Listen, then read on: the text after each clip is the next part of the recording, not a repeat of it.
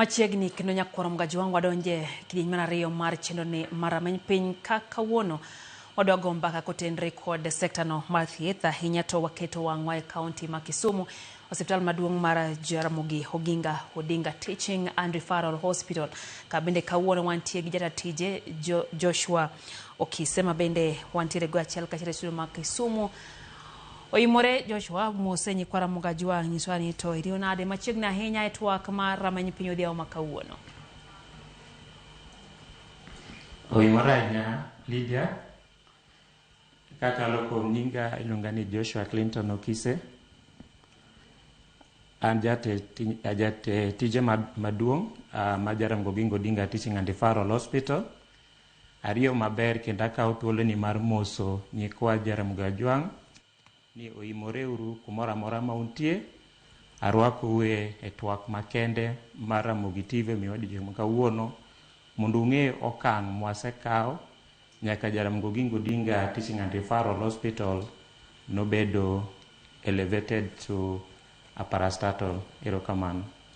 Erokamano ahinya. Nyiswa ni to elevation ni kata ting'o malo ngadho mar osiptal no ulang'o ne ng'eyo mar japiny. Joshua. Erokamano, adhi wacho wechegi e tieng' didek. Number 1 en wach mar service delivery kata tayo chenro mar thieth na japiny.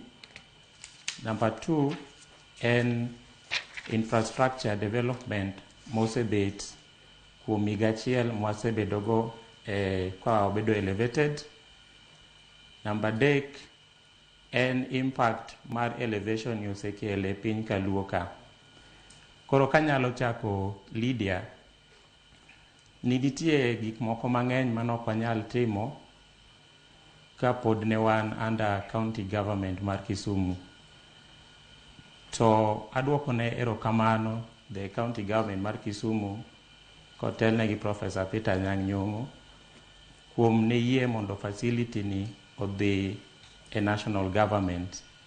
Nekech nosechopo kuma Jaramogi noingo bedo manage gi county. Nekech ang'o? Ji mang'eny mane biro Jaramogi waniago gin jok mane ae pinje mopogore opogore, counties mopogore opogore.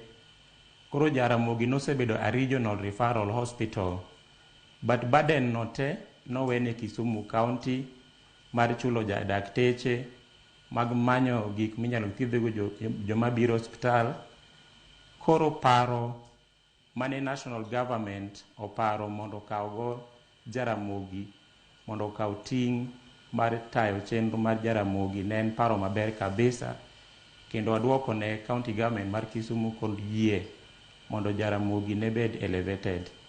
Apani kata gi sani neno ka nurses nitie strike, but koro Jaramogi emobedo kaka hope mar jopiny modak e Nyanza region ka, kendo sani referral te ma Siaya, Homa Bay, Migori, Kisii, Busia gite gibiro Jaramogi ka. Koro debe ni Jaramogi nokobedo elevated to a national parastatal. I think de koro wan gi midhiro mathoth e piny luo ka. Nitie gik mang'eny mwasetimo Lydia. Ada chako gi chenro mag thieth. Nitie dakteche molony ma sani nitie Jaramogi ma over 1 year wasendiko gi kokale board mar Jaramogi. Wan gi plastic surgeon sani ma manon waonge go.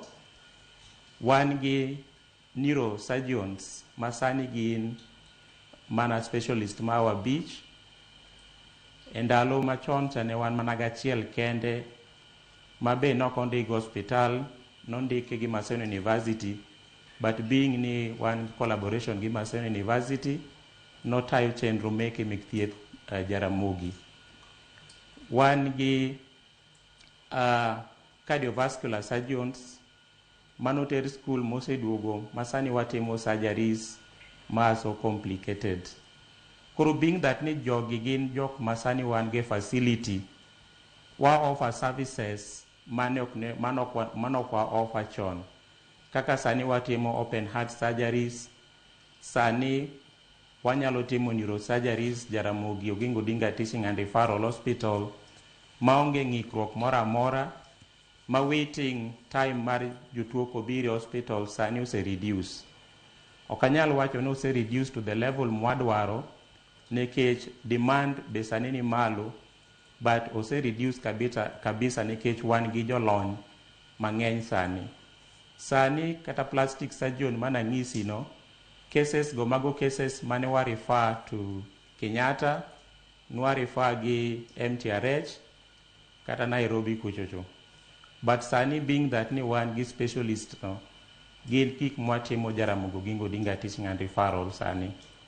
Wase introduce services mang'eny, specialized services, nekech as a referral hospital nego be ni services mwa offer nitie difference gi level mamoko kaka level 5, level 4 kata dispensary.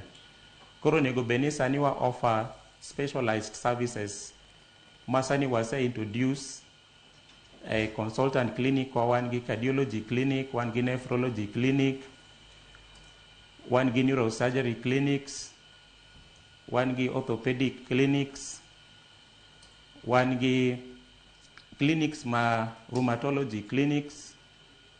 Wase introduce clinics mang'eny ma wuoth mane jotuo wa wuotho most of the time ka gidhi Nairobi mondo gidi thieth aina gi sani ok gidhi. Gigo te sani wan go ka. Kwabire in terms of medical equipment, wadoko ne government, national government erokamano kokale ministry mar health mabe itayo gi wuodwa ma wuod luo mano PS Oluga kuom support magisemiyowa. Masani over 1 year waseng'iewo instruments, medical equipment ma worth 1 billion, ranging from wheelchairs up to heart lung machine. Masani is supporting our heart surgeries. In the next few months wadhi bedo gi a medical camp to do open heart surgeries. Kidhiye renal clinics, renal department wasemedo mashinde mag timo dialysis kendo gin mashinde manyasani kendo ginyen kabisa. Kidhiye radiology department, wan gi CT scan manyien kabisa in this particular region, Nyanza region ka. Mago gik mosemiyo sani thieth dhi maber Jaramogi Oginga Odinga Teaching and Referral Hospital.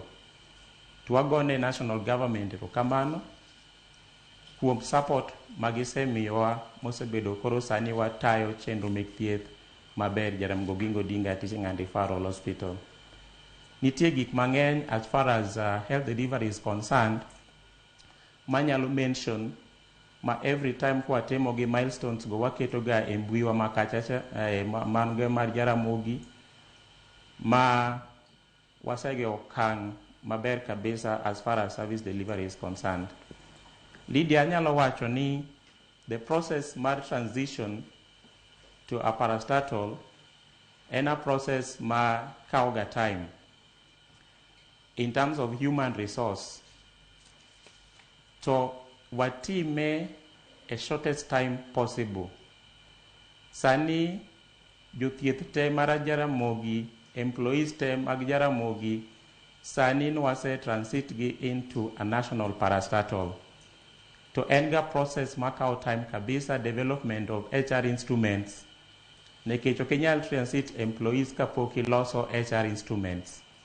Nitie hospitende mamoko mosekao time kata parastatal mamoko mosekao time ban wan wakao shortest time possible ma jothieth te mantie Jaramogi sani gin chulogi gi Jaramogi Oginga Odinga Teaching and Referral Hospital kendo chulogi the national rates. Nwakete mbui ni nwase backdate nyaka chudo margi to 1st of January. Nekech human resource en gima duong' kabisa e wache mag thieth. Health system, ki talk about health system, okinyal wuoyo about health system koki mention jok matiyo kanyo. they must be motivated. To mano gima wasetimo within the shortest period possible. Wasemedo dakteche, medical officers, ne wan gi paga ochiko, sani wan gin prauchiel kod adek. Wasemedo nurses, ne gin 150, sani wan gi 450 nurses. The specialist mane wan go Jaramogi mago consultants, ne gin around 45, sani giao mana 84.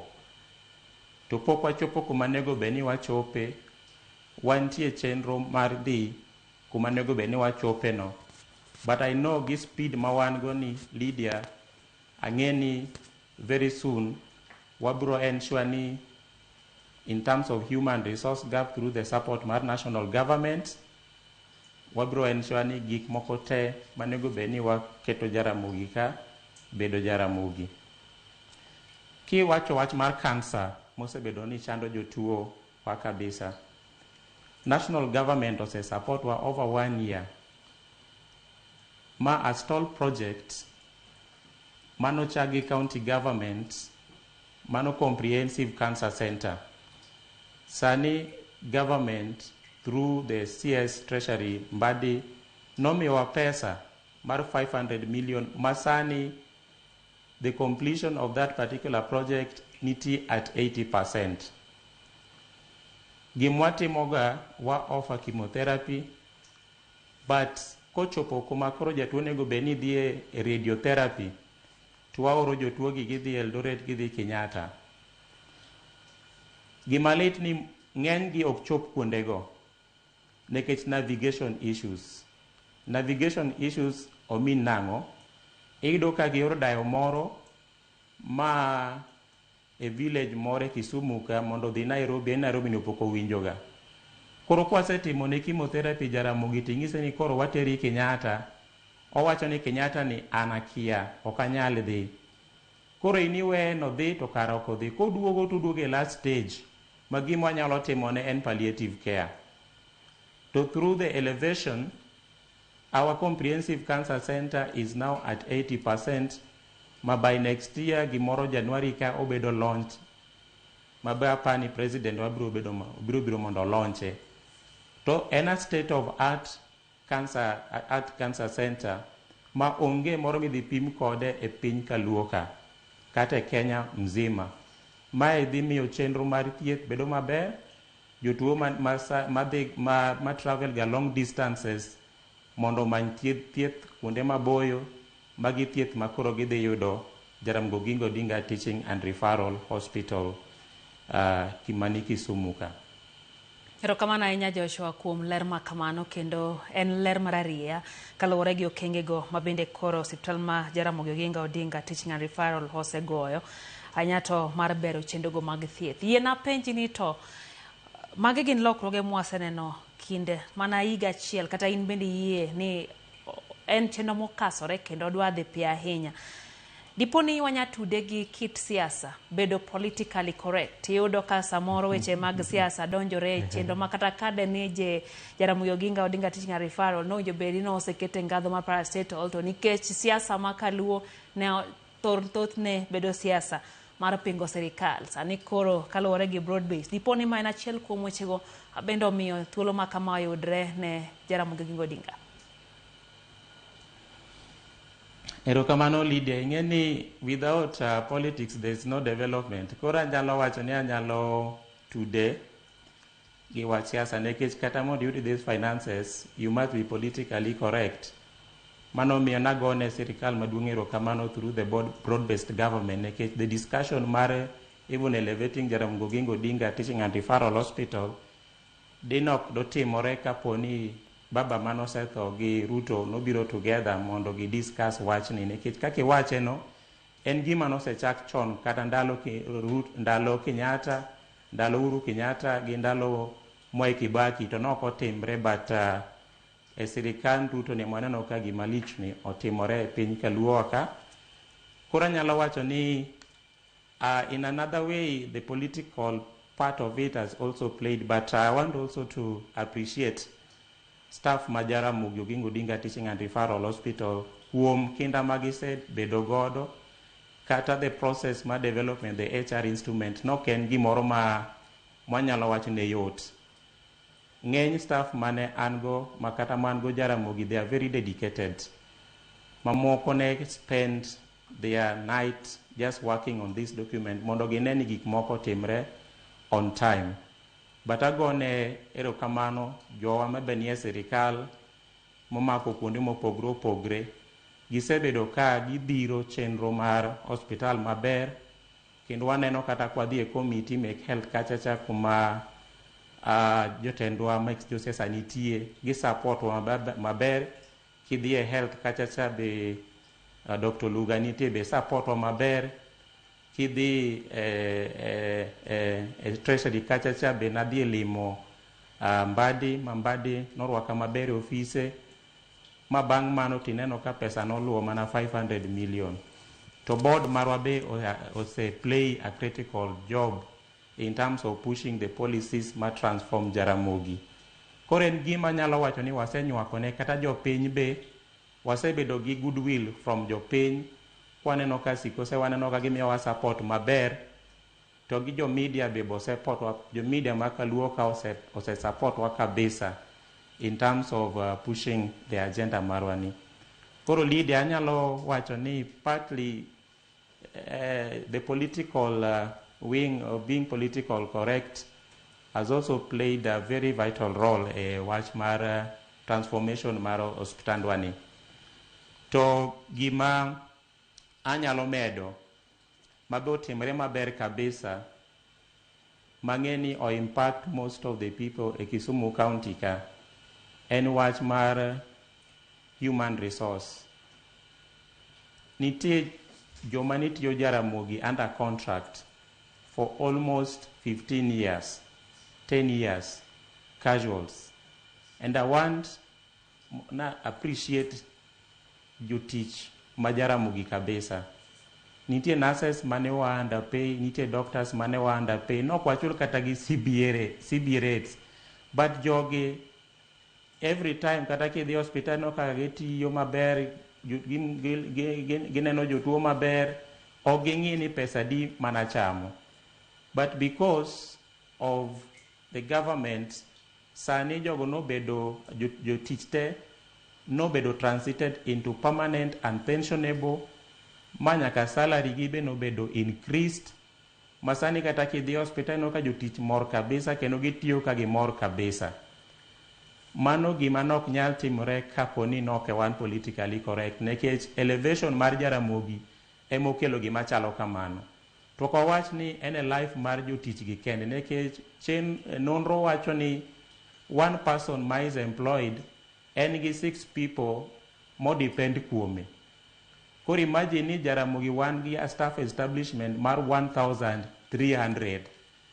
Ki multiply kata gi 7 people, inyalo ng'iyo the ripple effect magino sekele economy mar Jaramogi Oginga Odinga Teaching and Referral Hospital. Jok mok ne nyal tero nyithindgi sikul, sani tero nyithindgi sikul. Jomoko sani gero udi, giyawo biashara gi moko. Koro mago ber mwanyalo wacho ni waseneno kuom elevation mar Jaramogi Oginga Odinga Teaching and Referral Hospital. To kwa ng'iyo gigi te leader in terms of infrastructure development, kibiro Jaramogi, nitie ng'ama nobiro Jaramogi mowacho ni you have turned this place to be a construction site. Magi gik mok nyal timore ka jotendwa mantie sirikal ok support wa. Timore mana nekech samoro kwa kwayo to gikonyowa mondo wa push resources gi mondo bi. Nekech kibiro Jaramogi no ka administration block igero, cancer center igero, doctor suits igero. Sani no wan gi trauma theater madhi bedo launched very soon. To wan gi perimeter wall moseger. To wan gi NICU and PICU mabe igero. That is neonatal intensive care unit in all the western region. Gi pediatric intensive care unit in the whole of the western region. Magi gite dhi mbele kanyakla to gidhi rumo kanyakla. To gi chenro mamoko madhiye hospital maber kabisa. Magi gik ma ok nyal timore kaponi no waonge jowa malo push manyalo pushwa to kapo ni waonge good management piny ka, nikech ing'eni kata komiyi pesa to kimanage pesa maber to jopiny ok nyal neno the benefit mar pesa momiyuno. Koro agone erokamano board mar Jaramogi to gi staff man go Jaramogi mondo gi ensure ni kata pesa momigi gi sirikal gi gitiyogo maber kabisa. Kibiro Jaramogi department te nitie chenro madhi mbele, in the life of staff nitie chenro madhi mbele, administration nitie chenro madhi mbele. Koro nitie gik mwaseneno mang'eny to pod biro mang'eny. Awacho mana ni nyikwa oganda joluo ketru aketa geno, nitie gik ma sirikal pod opango maber, nitie moko mokada wacho ka, but nitie major projects mabiro kaluo kae, mabiro Osiptal. To pesa mabe sirikal nomedowa, nikech kane wan under the county government of Kisumu, nitie pesa mane Kisumu county government ne miyowa, but koro kanwa bedo elevated, budget wa no increase.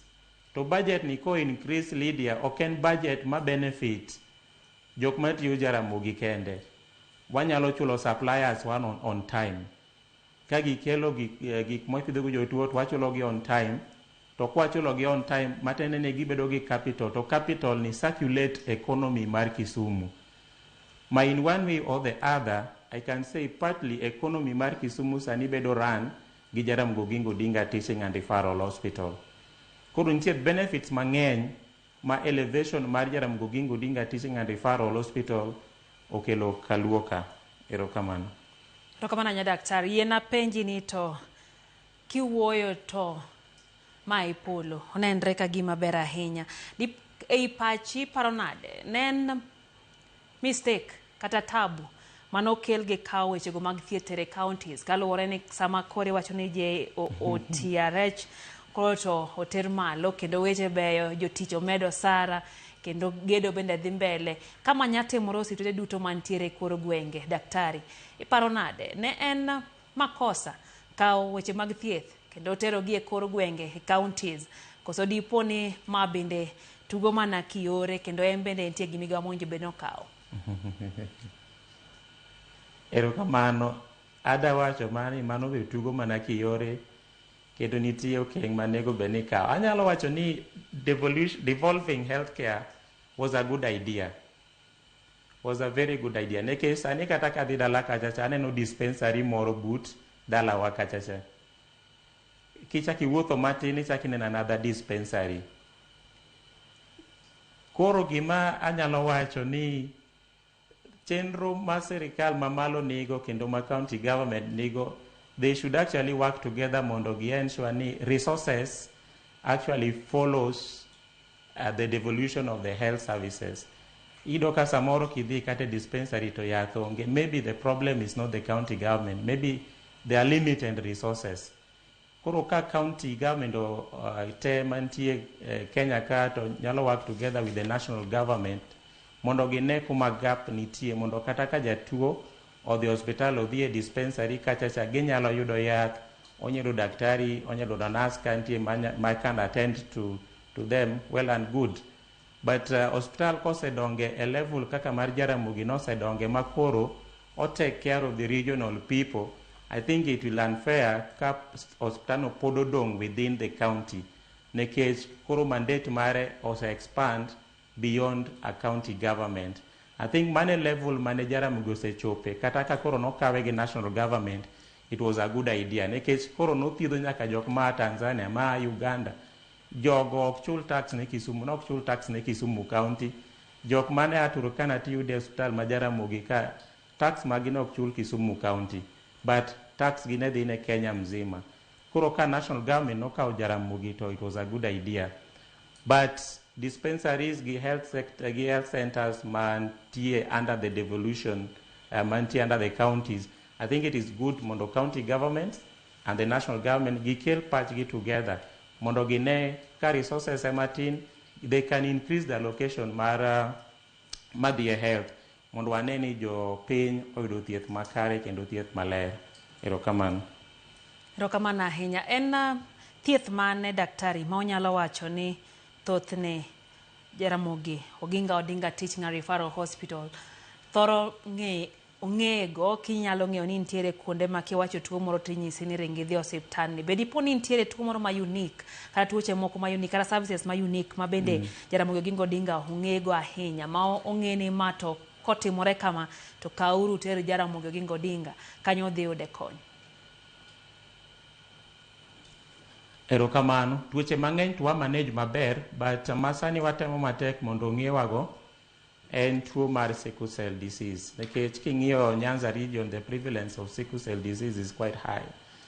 Koro wan gi chenro maber ne jok man gi tuo mar sickle cell ma wan osiptal mokwongo e Kenya mzima, public hospital, mondo mochako procedure moro miluongo ni red blood cell exchange kata pheresis procedure ma mashino wakete branch marwa mantie Victoria Milimani. Mani tuo masani kata ki mention kata ka in Garissa to ka in gi tuo mar sickle cell kidwaro that procedure under the public hospital, ibro ng'isi ni the Jaramogi Oginga Odinga Teaching and Referral Hospital. To tuoche mamoko be wan gi jolony maber masani thietho maber kata ka en gi complication mora matek kabisa, tibiro Jaramogi. Wan gi multidisciplinary team ma can do the surgeries together ma wan gi better outcomes. To all these things ma wuoye Lydia, the outcomes is of service delivery is not measured with gik ma mention gote, but is quality service delivery to mwananchi, and that is what we vote for. To inno ka gik machano gi tek yudo kata data marwa mar mortality rates, jok matho e hospital osedok piny. Mano ng'iso ni nitie kaka service delivery Jaramogi dhi maber, nikech wa measure gi how many deaths, nikech okinyal wacho ni udhi maber lakini deaths to pod dhi malo. Yudo ka the number of patients will increase, but the number of deaths are actually going down.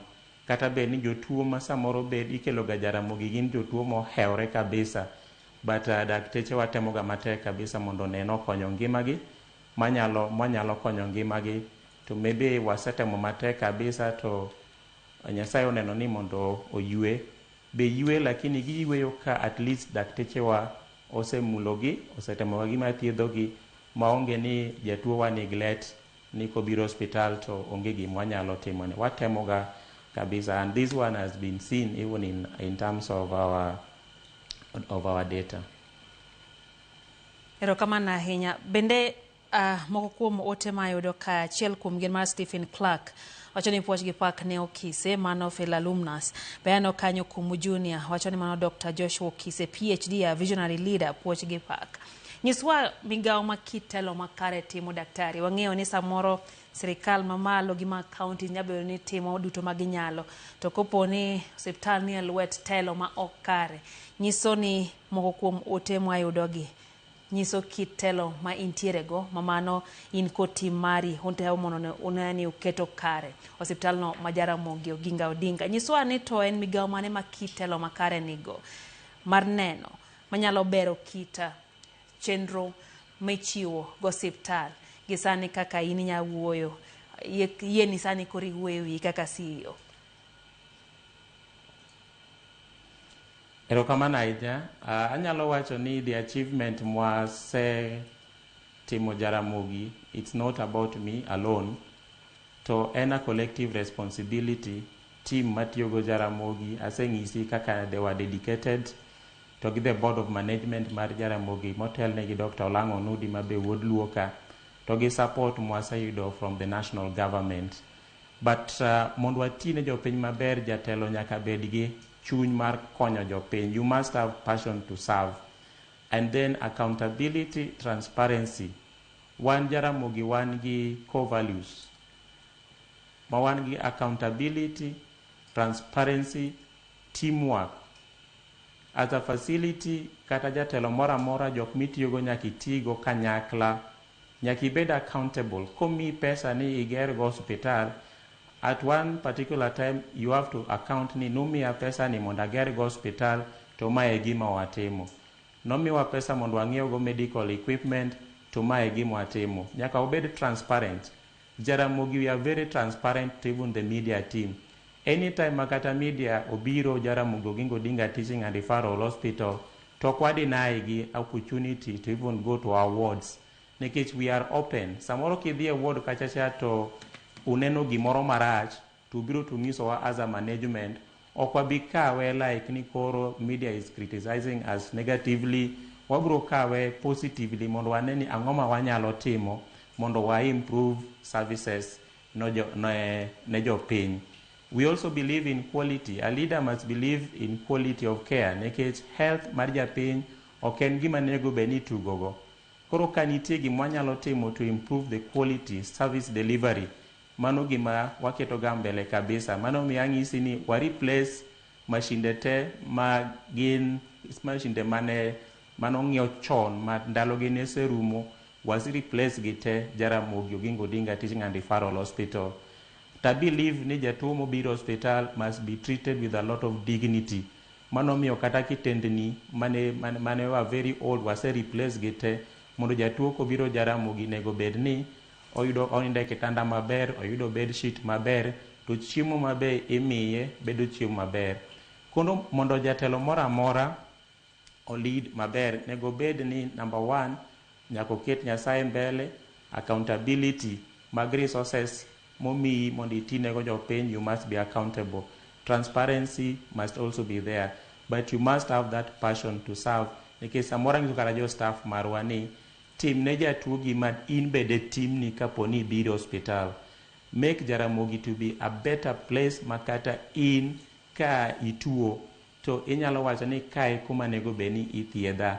To mano gima gisetimo Lydia makata sani kata PS marwa mama gi ithiedho Jaramogi Oginga Odinga Teaching and Referral Hospital. An mama gi babwa mane kuma ithiedho Governor Nyong'o mane kuma gibiro hospital. Mano ng'isi ni even the political leaders gin gi confidence services masani bedo offered Jaramogi Oginga Odinga Teaching and Referral Hospital. Rokamana inya daktari nyiswa to bende kaka wechego mag SHA tiyo Jaramogi. Tiere jok mabese samoro thoro ywak ni SHA ok ti, jomoko be ni tiyo. En mbaka mosebedo kigoyo ka nitiere jok mawacho ni samoro tiyo samoro ok ti. Nyiswa kaka chenro dhi mbele Jaramogi Oginga Odinga Teaching and Referral. Bende wechego mag SHA konyo jopiny ki goyo picha kaka usebedo kutawo chenro mago. Lydia, SHA konyo jopiny kabisa Jaramogi Oginga Odinga Teaching and Referral Hospital. Kendo wane the first hospital mano embraced SHA fully.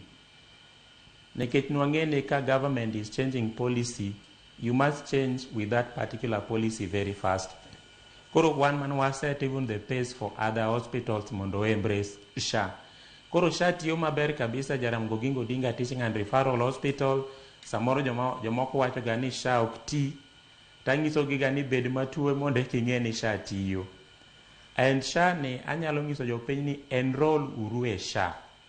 Kibiro Jaramogi Oginga Odinga Teaching and Referral Hospital ni kori da tiyo gi pesa ni migolo ofuko, ok ibi nyalo. Nekech services mo offer gin services mar very expensive. For example, kida chulo pesa mar total hip replacement, kai ida chule cash, ibiro charge almost 450,000. But ka in gi SHA ma ibira bira te chulo, to kise chule to bedo active, to onge ng'ama bro kwayi pesa mora mora mondo ichul e hospital.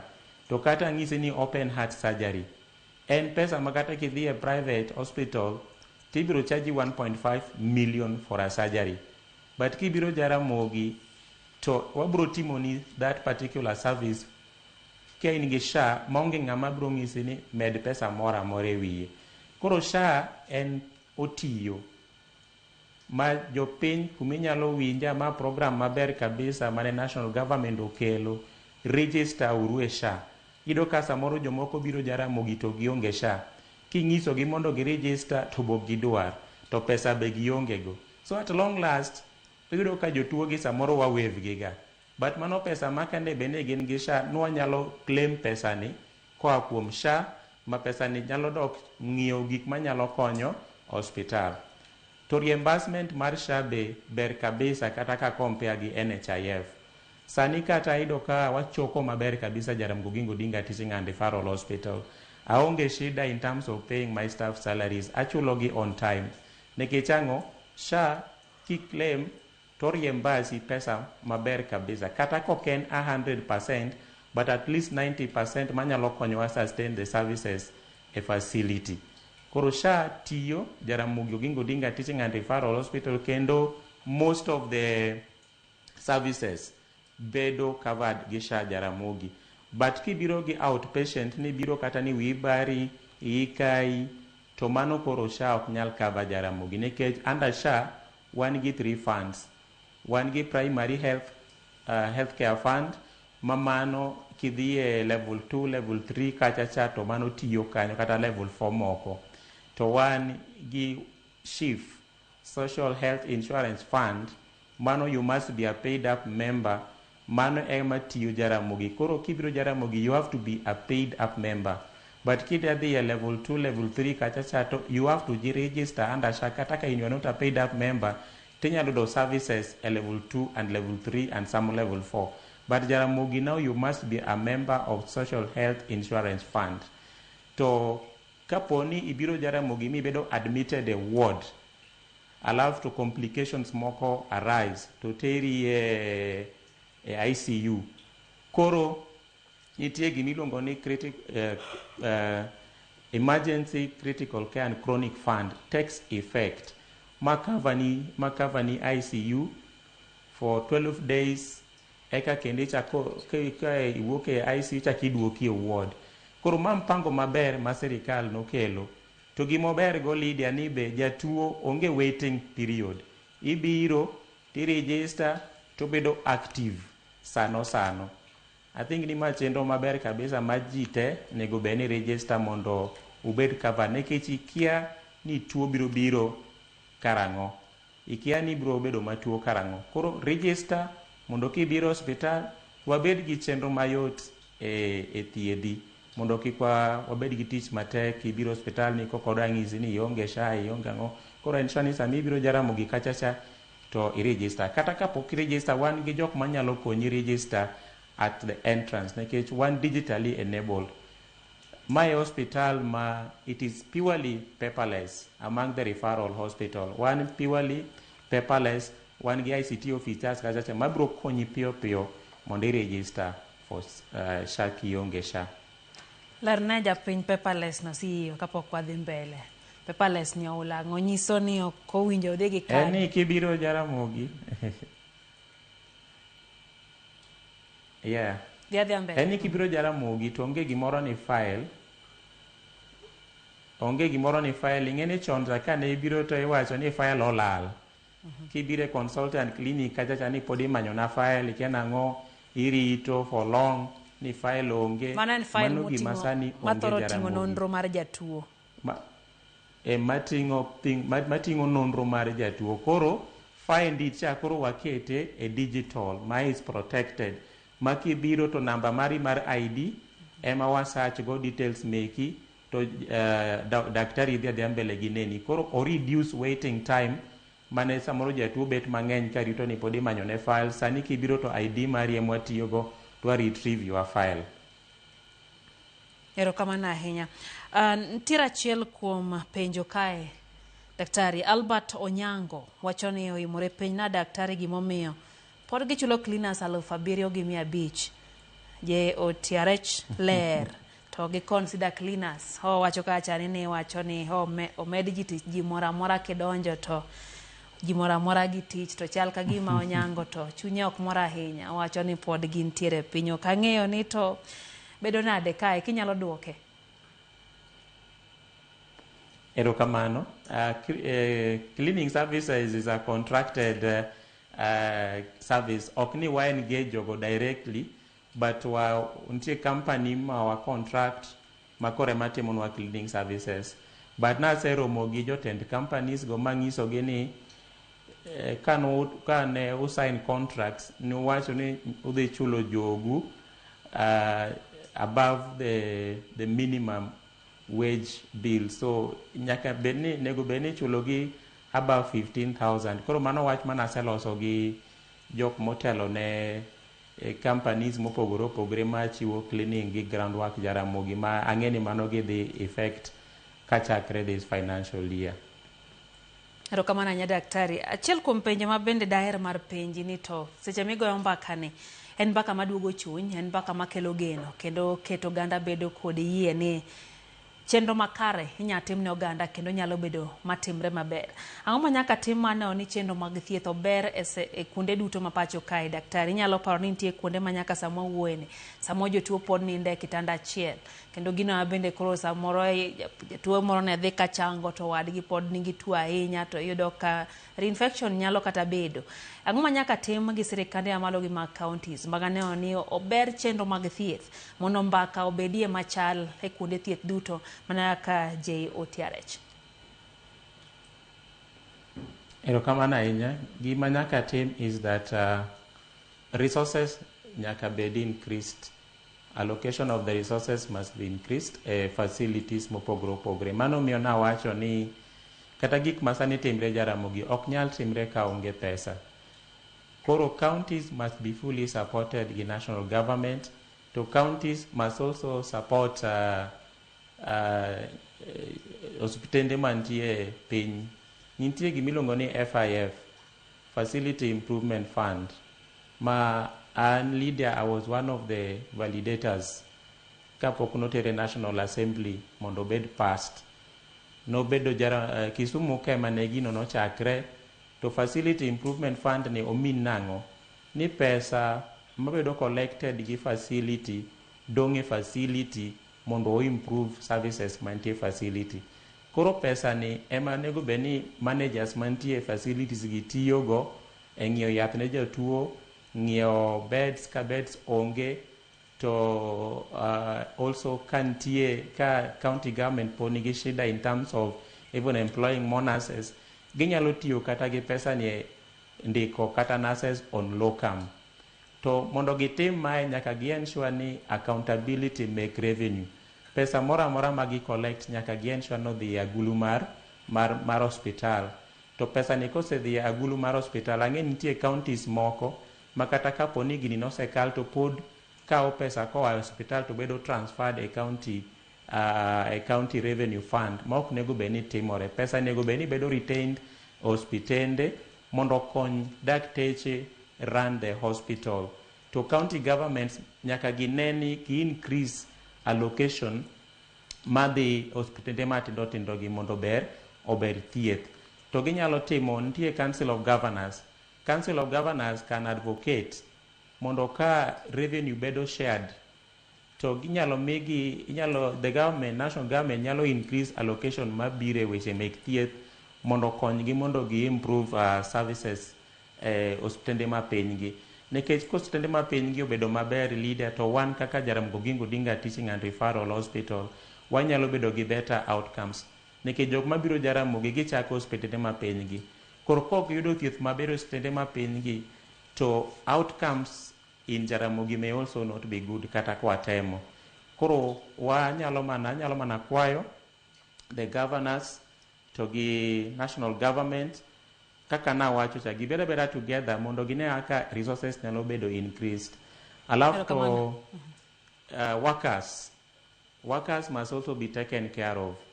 Nyaki motivate the employees, nyaki ni gitiya conducive environment, salary nyaka chul on time mondo kata ka githiedho jatuo to githiedho jatuo gi chuny maler maonge ni gin gi ng'ikni mora mora kata gi paro mora mora na dhi chama ang'o adhi dok dala nang'o nikech pok ochula salary. Erokamano daktari. Nyalo daktari. timre ka county government gi national government obiro together. Erokamano. Erokamano ahinya. Yiena mi wach mogik koa tieko chenro ne.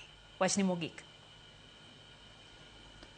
Erokamano adamana gone national government erokamano kotelne gi President William Ruto, our ministry, Ministry of Health kotelne gi Honorable Ndwale kuom support magisemiyowa jothieth te ma Jaramogi gi board mar Jaramogi kuom sir magisesiro wago in the management mondo wachop kuom wachopeni. Ang'eni mbele ber, wabedo abeda gi geno jopiny, hospitandwa ni dhi maber kabisa kendo dhi bedo one of the best hospital in East Africa. We are really committed to ensure that we offer excellent clinical outcome ne jopiny mantie Nyanza region. Erokamano Lydia, duoko ne Ramogi TV, erokamano kuom thuolo momiya mondo atwagi jopiny. In bende erokamano ahinya daktari kuom loso thuolo go kodwa mbaka e chenro ni mar Rameny piny mano Joshua Okise-Jataa Tije kara CEO mar Jaramogi Odinga Teaching and Referral Hospital nyakora mga juang mano ema kelo giko matwak mar Rameny piny kawuono rom kendo sadek chenro maro imore. Nyinga Lydia okay koritu masana.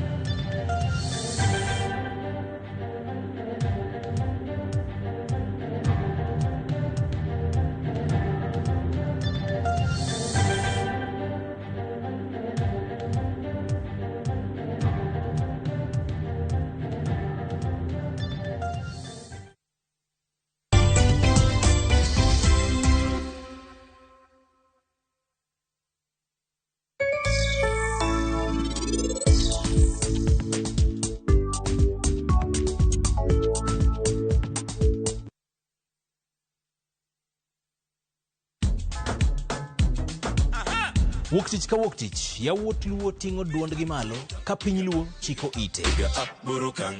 Chieng' tich ariyo ka tich ariyo, nyaka mga juang en odiochieng' mar yuto mari, wapuonji loso manyonge. Mari, oloyo mara kwayo.